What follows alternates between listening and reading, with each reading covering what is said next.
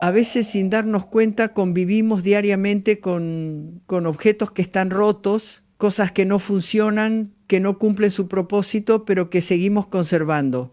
Una silla con una pata floja que nunca reparamos. Un electrodoméstico que no usamos desde hace años. Un reloj parado que sigue colgado en la pared como si marcara una hora que nunca llegará.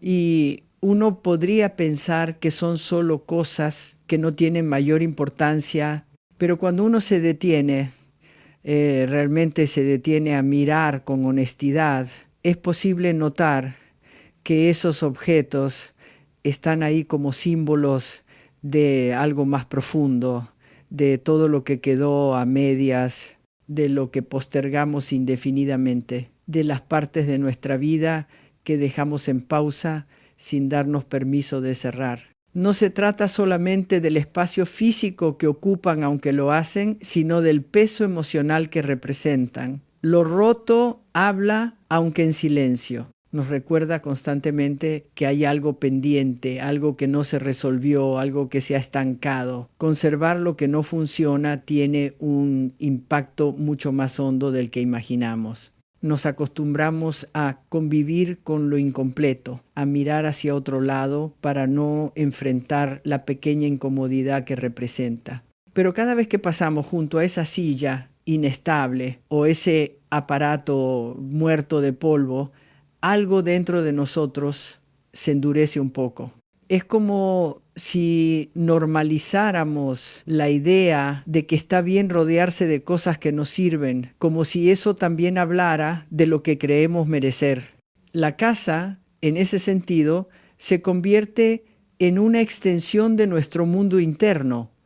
Si lo roto se queda, tal vez es porque internamente también hay partes nuestras que hemos dejado de atender, ciclos que no hemos cerrado, conversaciones que evitamos, decisiones que seguimos postergando. Y así se van acumulando no solo objetos inservibles, sino emociones suspendidas en el tiempo. Cuando por fin nos damos el permiso de soltar, de tirar, de donar, de sacar de nuestro entorno lo que ya no cumple su función, algo profundo ocurre. No es solo una limpieza física, es una especie de liberación simbólica. Es mirarnos al espejo y decirnos sin palabras que merecemos funcionalidad, que merecemos fluir, que no tenemos por qué cargar con lo que se detuvo.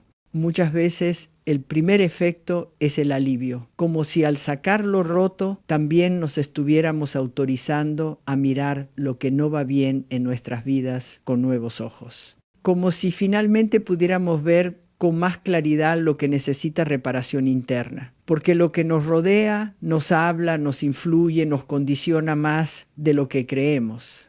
Entonces quizás la pregunta no es solo ¿por qué guardamos objetos rotos?, sino ¿para qué? ¿Qué evitamos enfrentar al conservarlos? ¿Qué historia nos contamos cada vez que decidimos no actuar?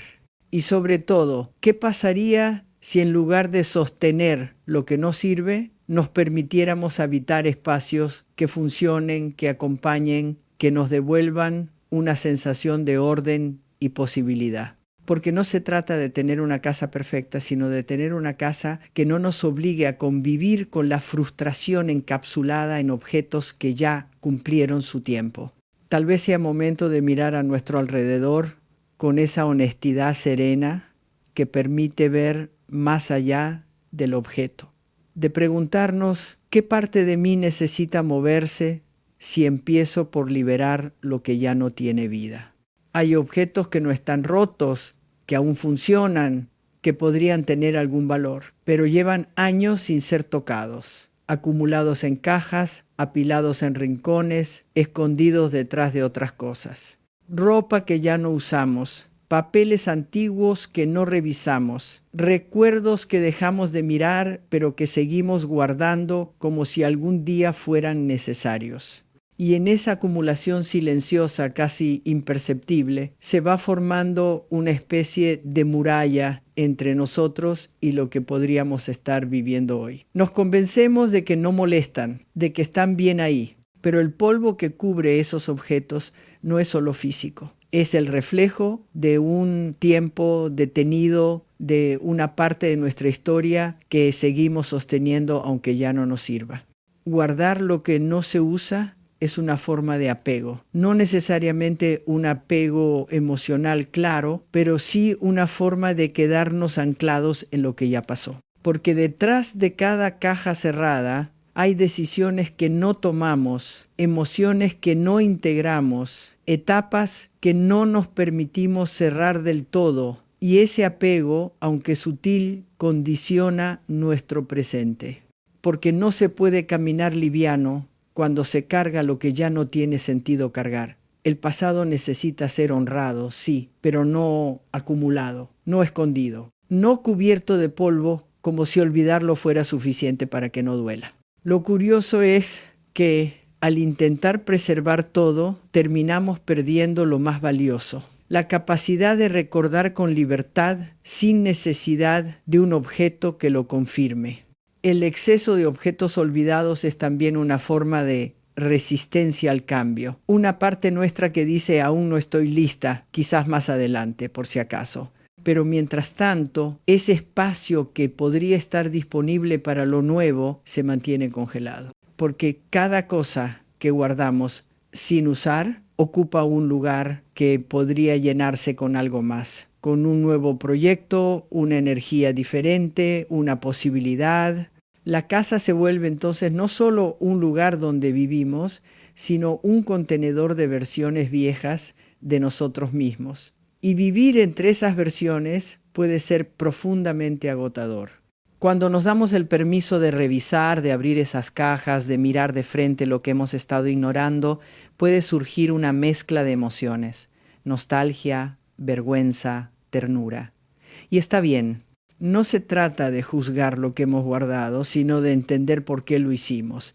Y desde esa comprensión, decidir qué merece quedarse y qué puede partir. Porque la memoria no vive en los objetos, vive en nosotros, en cómo miramos nuestra historia, en lo que elegimos aprender de ella. Tal vez ha llegado el momento de preguntarnos, ¿qué historia estoy sosteniendo con lo que guardo? ¿Qué lugar en mi vida podría abrirse si me atreviera a liberar lo que ya no uso?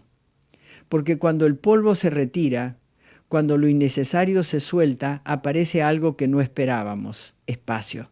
Y el espacio, cuando es habitado con intención, se convierte en semilla de transformación. Hay objetos que al mirarlos nos detienen por dentro, no porque sean bonitos, útiles o importantes, sino porque llevan en sí una carga emocional que no se dice en voz alta. Fotografías que nos devuelven a momentos de pérdida, cartas que abren heridas que creíamos cerradas, regalos de personas que ya no están o de relaciones que terminaron dejando un sabor amargo, cosas que evocan tristeza, melancolía, nostalgia, que no acaricia sino que pesa. Y sin embargo, ahí están, en un cajón, en una caja, en una repisa, a veces a la vista, a veces escondidos, pero presentes, ocupando no solo espacio físico, sino emocional. Conservar estos objetos puede parecer en apariencia una forma de respeto, de recuerdo, de fidelidad a la historia vivida.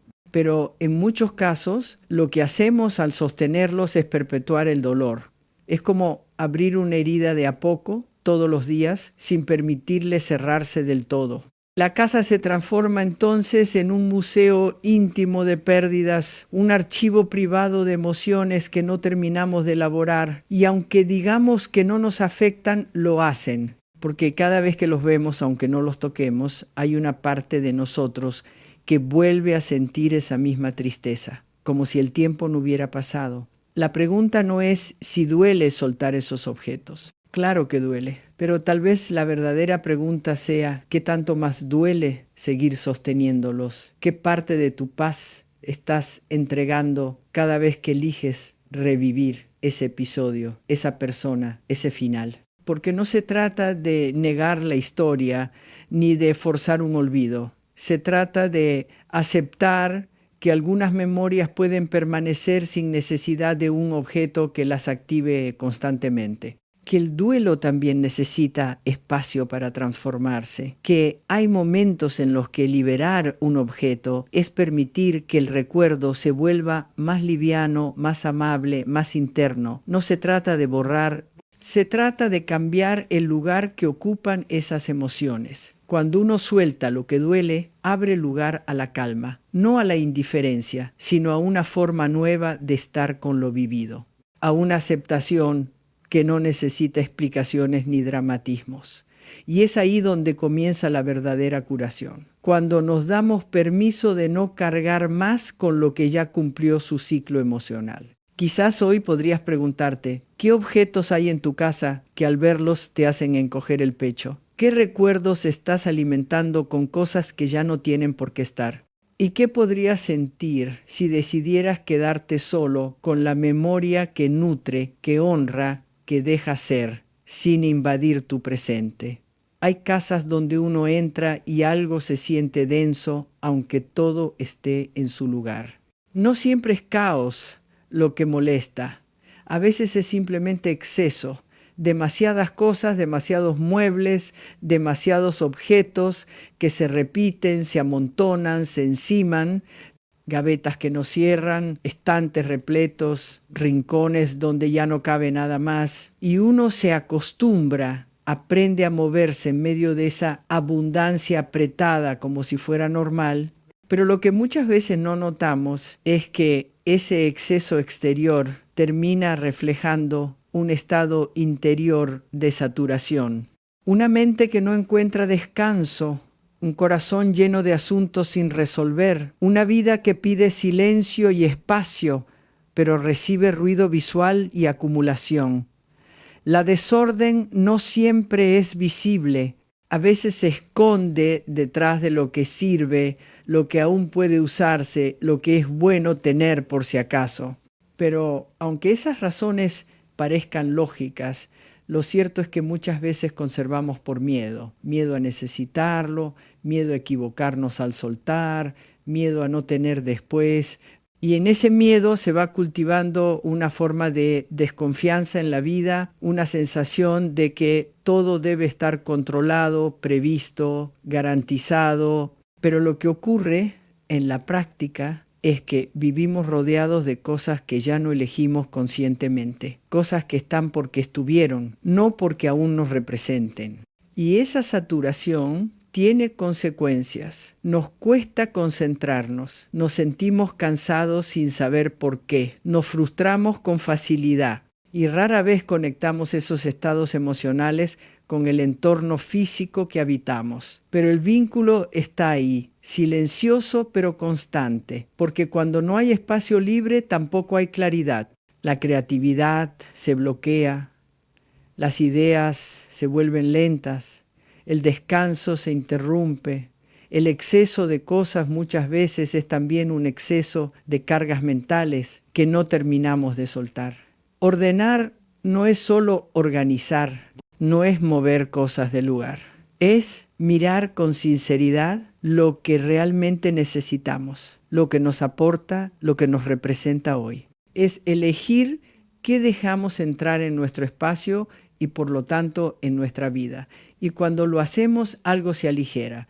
Aparece el aire, la luz, la posibilidad, dormimos mejor, pensamos más claro, soñamos con más ganas, porque no se trata de vivir con lo mínimo, sino de vivir con lo justo, con lo que tiene sentido, con lo que no estorba ni distrae ni abruma. Quizás hoy podrías mirar un solo rincón de tu casa y preguntarte cuántas de estas cosas realmente necesito. ¿Cuáles están aquí por costumbre, por miedo, por inercia? ¿Y qué pasaría si empezaras a crear espacios vacíos, no como carencias, sino como invitaciones a algo nuevo? A veces, si uno se detiene a observar con atención, encuentra en su casa objetos que nunca eligió realmente, cosas que están porque alguien las regaló, porque fueron heredadas, porque no estaba bien decir que no, porque cómo lo voy a tirar si fue un gesto, porque es de la familia. Pero cuando uno se conecta honestamente con la propia percepción, se da cuenta de que hay muebles que nunca te gustaron, prendas que jamás habrías elegido, adornos que no dicen nada de vos pero siguen ahí, ocupando lugar, visibilidad, energía, y ese seguir ahí no es neutro, es una forma sutil de resignación. Conservar lo que no te representa, lo que no se parece a vos, lo que no elegiste con libertad, es una manera muy común y muy silenciosa de dejarte al margen de tu propio espacio. Como si la casa hablara más de lo que los demás esperaban de ti que de lo que realmente sos hoy.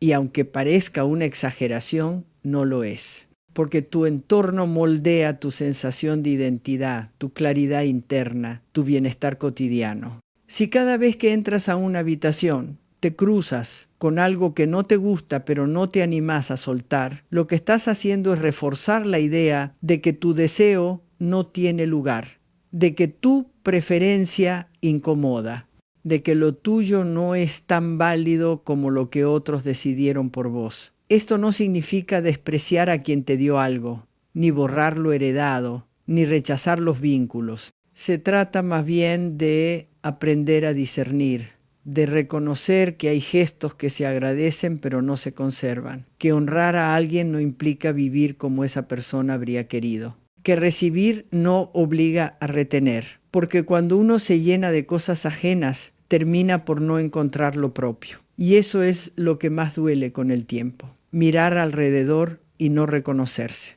habitar espacios que no reflejan tu voz, tu gusto, tu momento vital. Recuperar tu espacio es recuperar tu autonomía, es decirle sí a tu forma de ser, a tu sensibilidad, a tus elecciones, es construir un lugar que te abrace, no que te recuerde constantemente que te estás adaptando a lo que debería ser.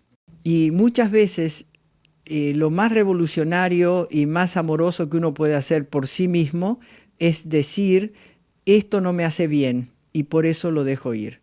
Aunque sea valioso, aunque sea bonito, aunque haya tenido una intención noble detrás, porque no se trata de objetar el pasado, sino de afirmar el presente. Quizás hoy puedas preguntarte qué cosas hay en tu casa que están ahí solo por no decepcionar a alguien, qué parte de vos quedó postergada en nombre de lo correcto, lo esperado, lo educado, y qué sentirías si empezaras a rodearte solamente de lo que resuena, con quien sos ahora, no con quien fuiste, ni con quien los demás querían que fueras. Hay objetos que no son tristes en sí, ni rotos, ni inútiles, pero cargan una energía pesada, no por lo que son, sino por lo que representan. Una taza que fue testigo de discusiones repetidas, un regalo que llegó después de una traición, una prenda que usabas cuando sucedió algo que nunca terminó de sanar. Y aunque por fuera parezcan inocentes, por dentro tienen una historia que se sigue escribiendo en tu cuerpo cada vez que los ves.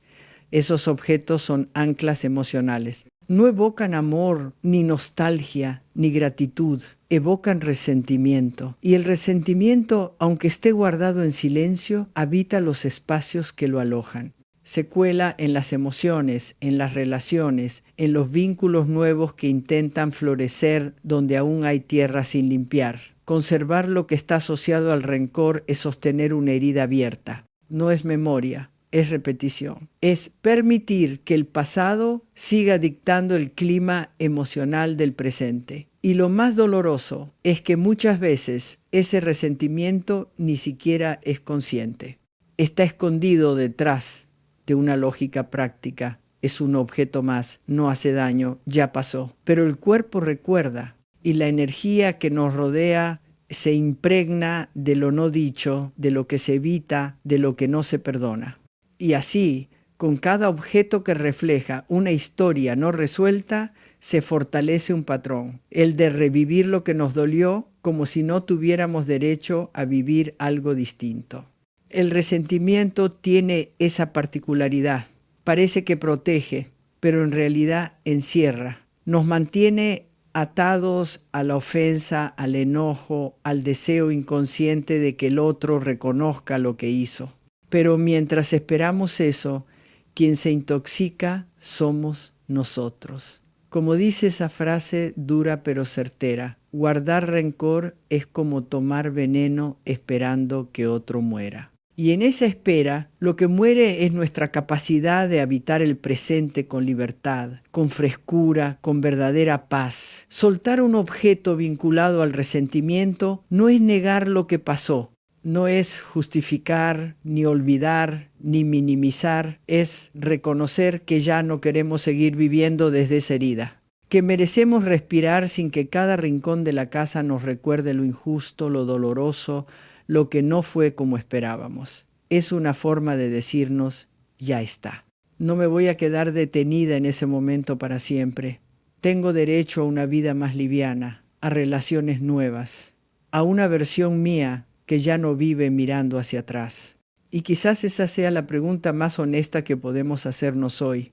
¿Qué objeto en tu casa sigue sosteniendo una emoción que ya quisieras dejar atrás? ¿Qué estás evitando liberar por miedo a que eso signifique soltar también un reclamo? ¿Y cómo sería tu vida si por fin pudieras dejar ir no solo lo que representa el enojo, sino también la necesidad de seguir cargándolo? Hay cosas que no solo ocupan lugar en la casa, sino que también activan, cada vez que las vemos, una sensación de insuficiencia. Son objetos que no gritan, pero que susurran en silencio frases que conocemos demasiado bien. No fuiste capaz, no terminaste lo que empezaste, deberías haberlo hecho mejor. Un cuaderno que compraste para un proyecto que nunca comenzaste. Ropa que refleja un cuerpo que ya no habitas o que nunca llegaste a tener. Papeles que guardan recordatorios de decisiones que ahora lamentas. Cosas que, en lugar de sostener, castigan, que en lugar de inspirar, refuerzan un juicio interior que no te permite avanzar. La culpa tiene muchas formas y una de las más persistentes es esa que se instala en lo cotidiano, en lo visible, en lo aparentemente inofensivo. La culpa por no haber cumplido con tus propias expectativas, por no haber estado a la altura, por haberte rendido antes de tiempo, por haberte alejado de quién eras o de quién pensaste que debías ser. Y conservar esos objetos, esos símbolos, no es neutro. Es una manera de reforzar la idea de que fallaste, de que hay algo que no está saldado en vos. Como si tu hogar funcionara como un espejo que te devuelve una y otra vez la imagen de lo que no fue. Pero vivir rodeada de pruebas del supuesto fracaso no ayuda a crecer, no enseña, no repara. Al contrario, inmoviliza, nos instala en una versión congelada de nosotras mismas, una versión que no perdona, que no comprende, que no se permite ser imperfecta. Y lo cierto es que nadie avanza desde la culpa, se avanza desde la aceptación, desde la compasión, desde el permiso de volver a intentar sin cargar con el peso de lo que ya no se puede cambiar. Cuando soltamos esos objetos, cuando los dejamos ir con un gesto de ternura, sin reproche, estamos diciéndonos algo profundamente reparador. No tengo por qué seguir castigándome por lo que ya pasó. La vida no está hecha para que todo sea perfecto ni para que todo se logre a tiempo. Está hecha para que podamos aprender, para que podamos equivocarnos, corregir, soltar, empezar de nuevo. Y el espacio donde vivimos puede ser un aliado en ese proceso o un obstáculo invisible. Entonces quizás hoy puedas preguntarte sin juicio, ¿qué cosas hay en tu entorno que te recuerdan una versión de vos que ya no te hace bien? ¿Qué objetos guardás solo porque te hacen sentir que deberías haber hecho más, haber sido diferente? ¿Y cómo sería tu vida si en lugar de repetir esa culpa todos los días, empezaras a construir un entorno que te recuerde que mereces volver a empezar, con suavidad, con verdad, con amor propio? Hay objetos que a simple vista parecen inofensivos.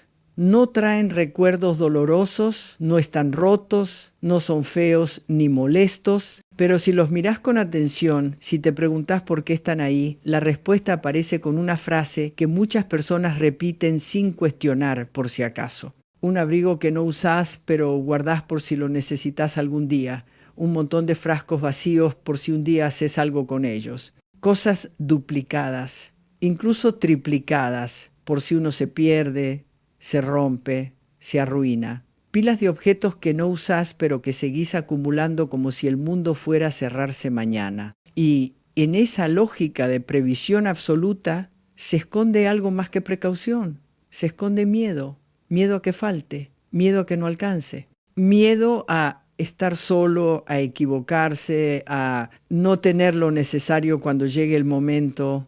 Ese miedo es antiguo y muchas veces no es nuestro. Viene de historias familiares, de contextos difíciles, de momentos donde realmente faltó algo importante. Pero hoy, en el presente, ese miedo se ha convertido en un hábito.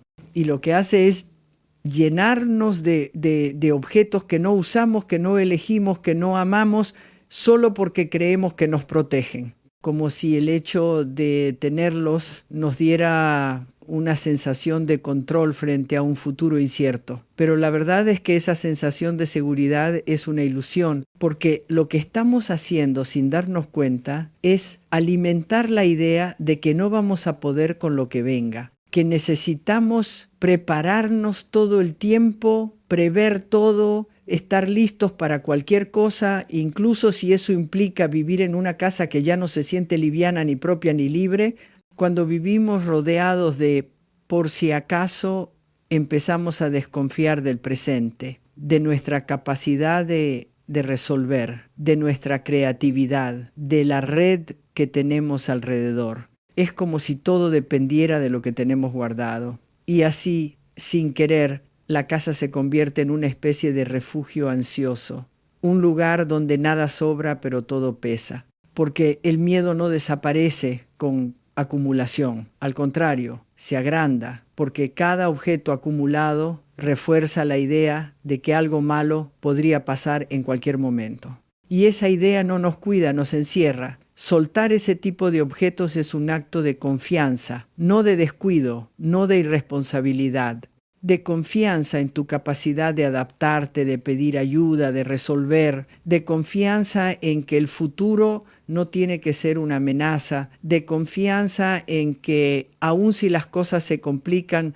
no estás sola, que no necesitas convertir tu casa en una trinchera para sentirte segura. Porque la verdadera seguridad no está en lo que tenés guardado, sino en la conexión que tenés con vos misma. Quizás hoy podrías preguntarte, ¿qué estoy guardando solo por miedo? ¿Qué objetos representan una necesidad de controlar lo que no puedo controlar?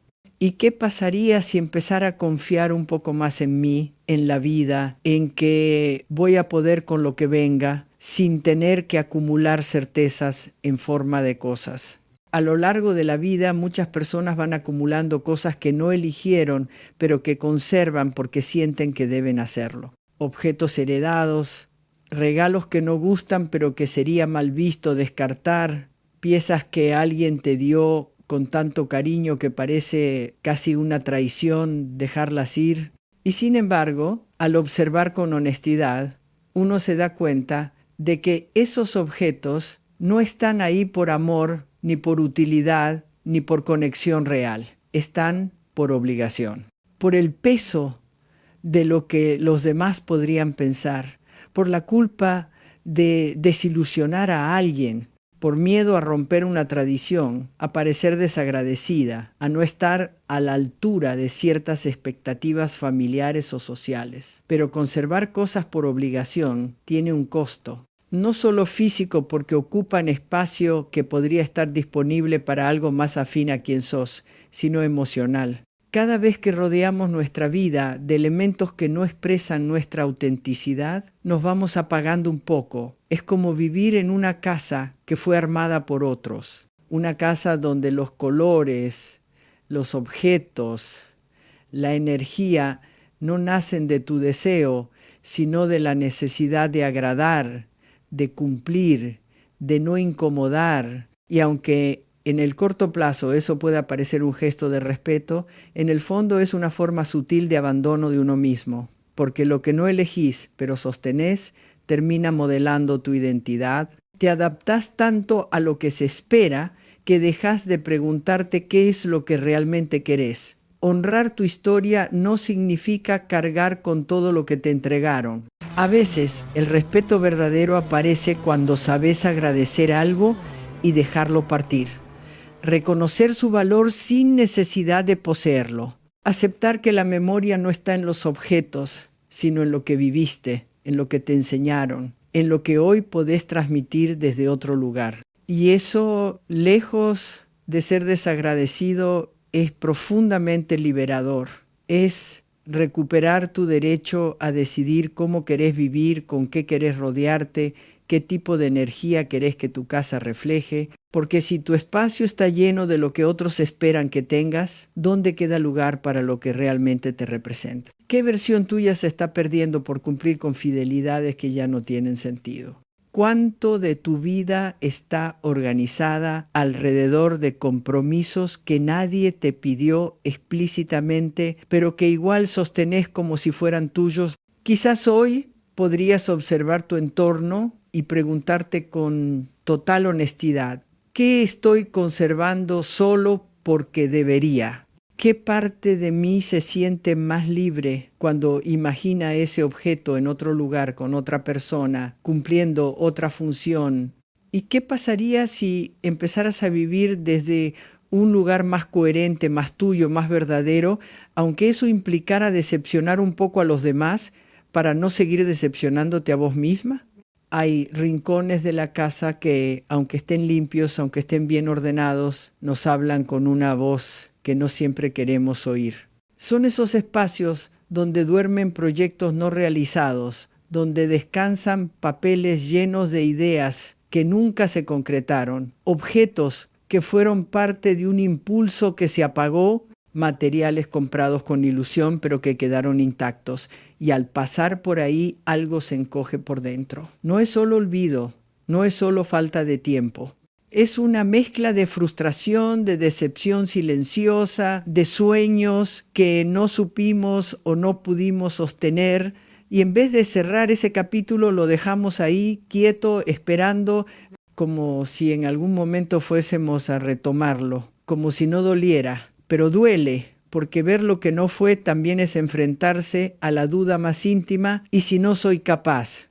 Esos objetos que simbolizan crecimiento detenido son más que un recordatorio, son una forma de anclaje. Nos retienen en una idea inconclusa de nosotros mismos, en la versión que quiso avanzar pero no supo cómo. Y si no somos conscientes, esa sensación se va expandiendo. Empezamos a evitar mirar hacia ciertos lugares. Empezamos a pensar que no vale la pena intentar otra vez, que ya es tarde, que no es para mí. Lo que fue excusa se vuelve identidad. Lo que fue una pausa se transforma en abandono.